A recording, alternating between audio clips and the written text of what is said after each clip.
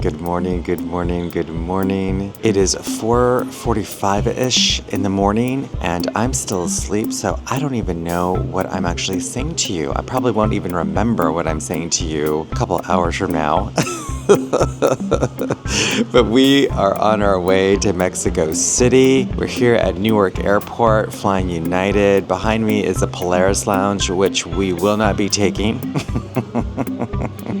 The Polaris Lounge is more for transatlantic and trans-Pacific flights. And so what we'll be doing is taking the United Club Lounge route, which is perfectly fine because I love the United Club Lounge. It's a really great lounge. Very spacious. Hopefully we can enjoy it. My husband is still going through Clear. I went through TSA. The TSA line was like, I was in and out in less than 5 minutes. It was fabulous. Hopefully he'll clear the Clear line so that we can actually enjoy the lounge. That's what we're doing right now. I can't wait to show you the Club Lounge and get a bite to eat before we board, which is at 6.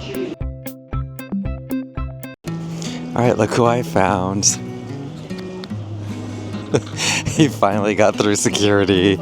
So we are now on our way to the lounge. Let's go, because I need to eat. I need to wake up. I need some coffee. Your boy needs coffee. The crowds so far don't look too bad, right? Right, yeah. It's pretty mild. It's actually very light. These waiting areas, too, are also really nice. If you're in the Newark area and you're waiting like in the regular area, it's pretty decent.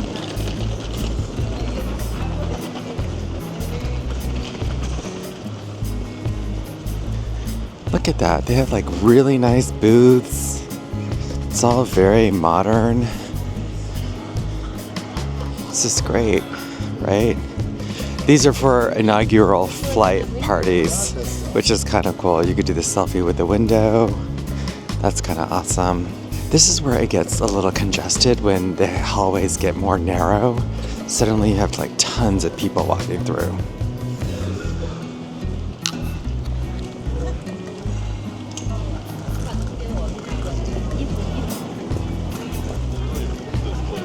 Okay, we're coming up to the United Lounge.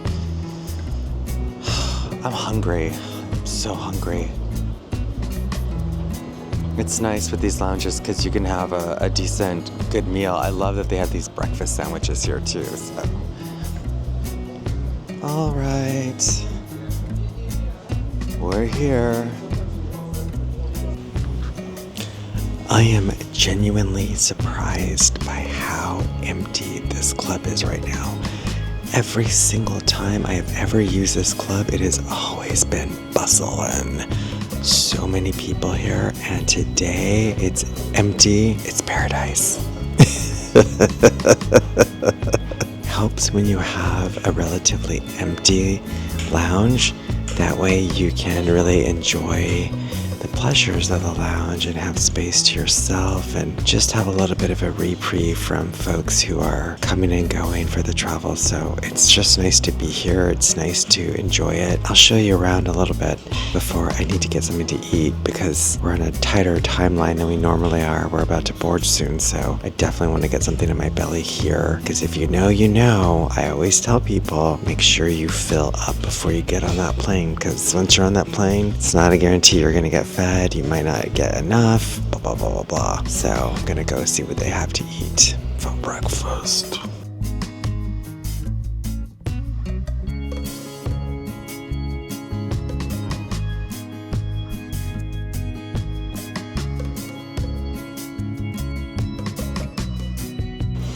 Alright, so the breakfast was a little limited this morning, I guess because it's barely 5 o'clock, but I got a chocolate muffin, one of these McDonald-esque sandwiches, English muffin with egg and sausage, or it looks like bacon. And then I got some oatmeal, or I don't know what it is, like oats with condensed milk, caramelized apples with pineapple, some apple juice, and we got coffee. We got lots of coffee going on here because we need it, folks. Okay, that's breakfast.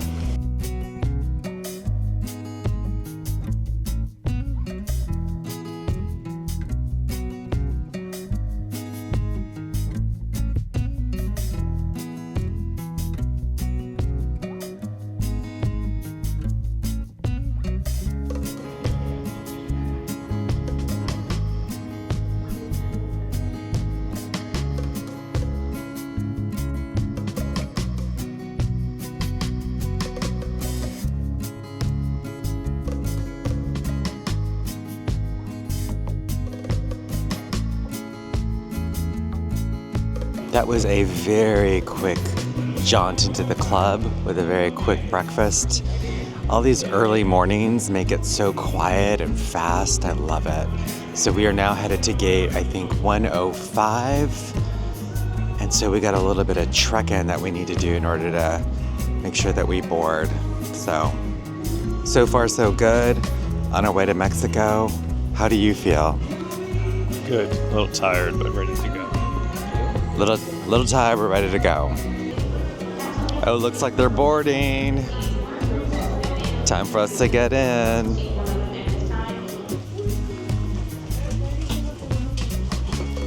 We get in these little skirmishes where we tell each other things that are correct on protocol. Like I said to him at the lounge, do you have your passport? He's like, oh, we don't need our passports. Did we need our passports? Maybe. That is a yes. We had to show our passport when we scanned our boarding pass, so anytime you do an international flight, be prepared to show your passport as well as your boarding pass.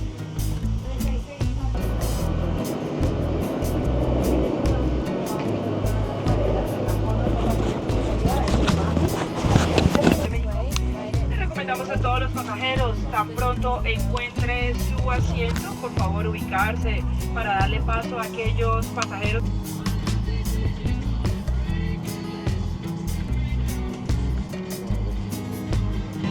Okay, so this is what really sucks, is that all of the overhead bins when we got here were completely full.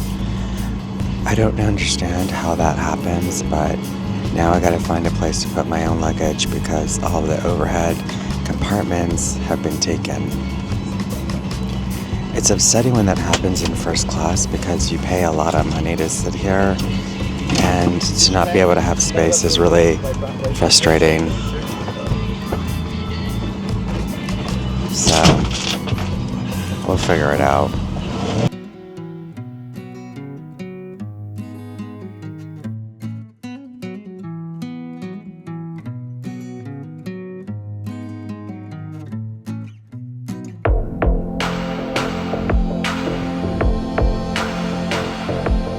Was it 40 minutes to Mexico City?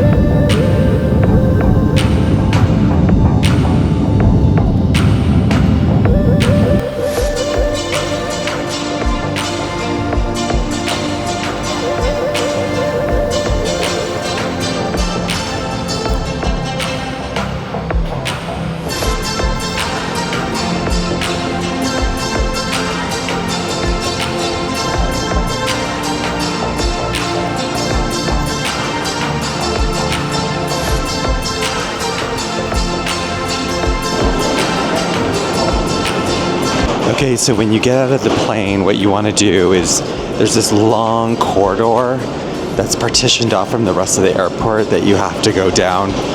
You're just going to walk through it. It's no big deal. What you want to be aware of, though, is that there's no bathrooms around. So whenever you see the first bathroom, that's when you're going to want to take it. That's really, really important.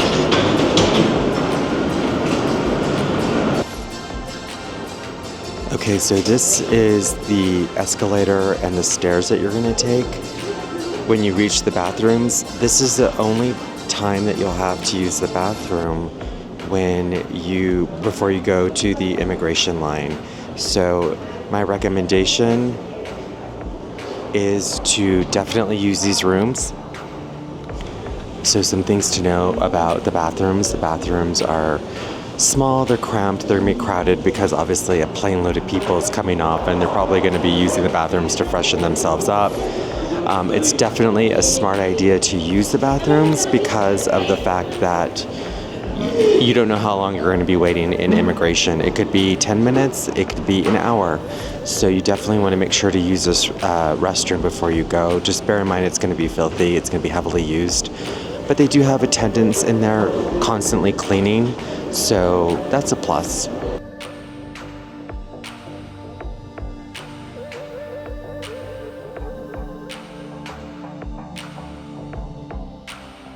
So again, you're going to just want to follow the pathway. It's very well delineated. You know exactly where you need to go. There's no ambiguity. There's no confusion. You're just going to follow, and it even tells you right here. It even tells you right here what you need to do. So just follow the instructions and you'll be fine.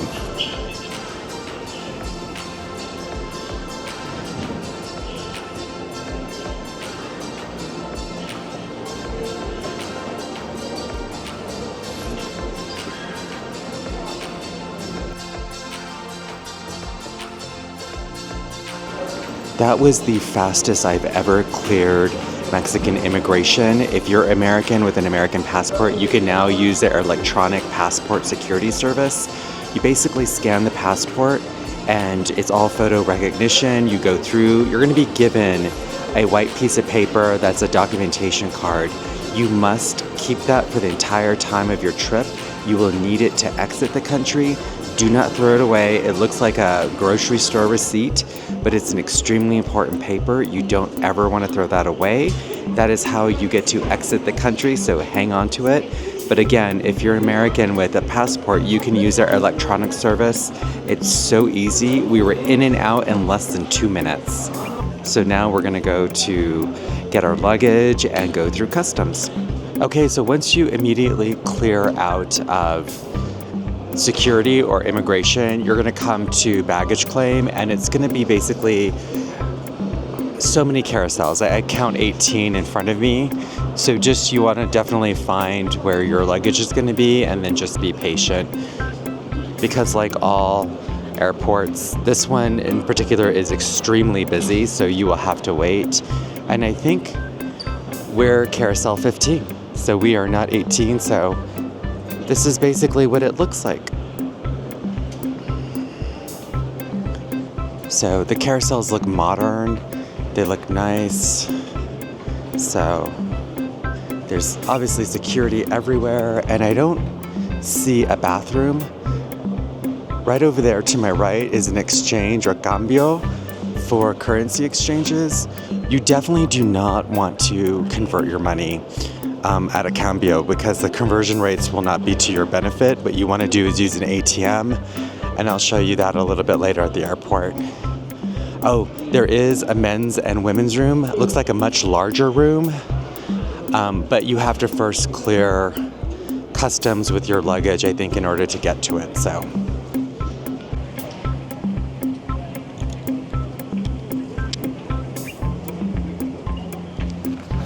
All right, I'm not sure what we did, but our luggage is the first stop here, so that's quite the treat. All right, luggage has been secured. We are off to the races now. Something that you definitely want to be mindful of when you collect your luggage is that you will definitely need your baggage claim tag. There's an entire security crew that's waiting for you to check that baggage claim tag. So make sure that your baggage claim tag matches. If you don't have it, don't worry. They'll require your passport, but you definitely want to have those available so that there's not a problem.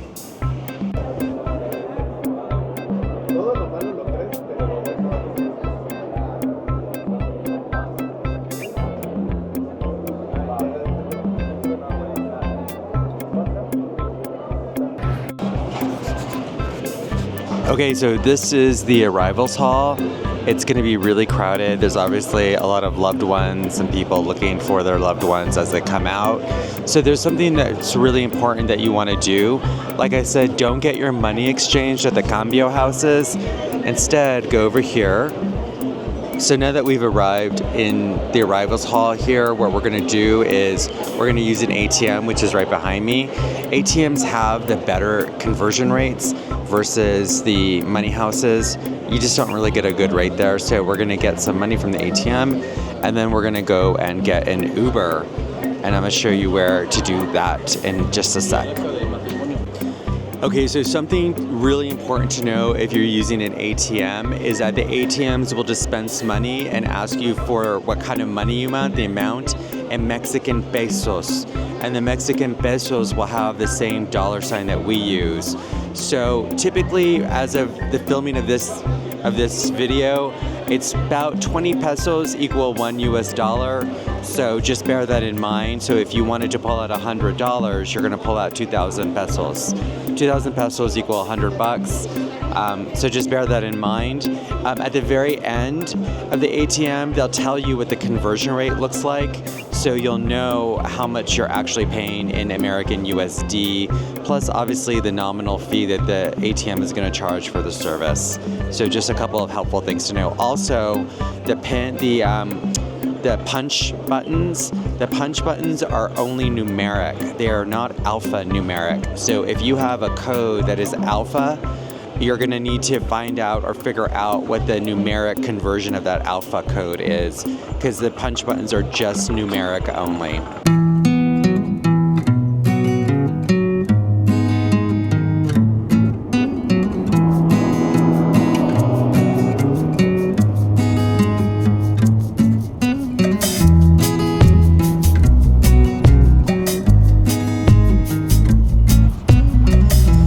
All right, so we made it to our Uber. One thing to know about catching an Uber, once you come out of the welcome arrivals hall, you're gonna wanna go to Puerta or Gate 7. That's where you're gonna order the Uber inside using the free Wi-Fi inside the arrivals hall, and then go directly to Gate 7 outside, and that's where the Ubers will come and pick you up. So just remember Gate 7. It's in Terminal 1. You're most likely going to be landing in Terminal 1. If it's Terminal 2, just order their Uber and they'll tell you where in Terminal 2 to go to. But if you're flying from the States, you're most likely, highly likely going to be flying into Terminal 1. And so for Terminal 1, just remember the number 7, Gate 7. Lucky 7. So like I said, we're here in our Uber. We are in gridlock, bumper to bumper traffic, so it's gonna take a while to get to the city center, so you just definitely want to be patient with that. According to Uber's predictions, and they're fairly accurate, don't you find? Let me see how long it's gonna take. Okay, I can't connect to Uber right now. I'm not connected, so it's probably gonna take somewhere between 45 minutes and an hour to get to the city center where we're at. We're staying at the Grand Fiesta Americana Chapultepec, right on the border on Chapultepec Park. So it's probably going to take us about 45 minutes.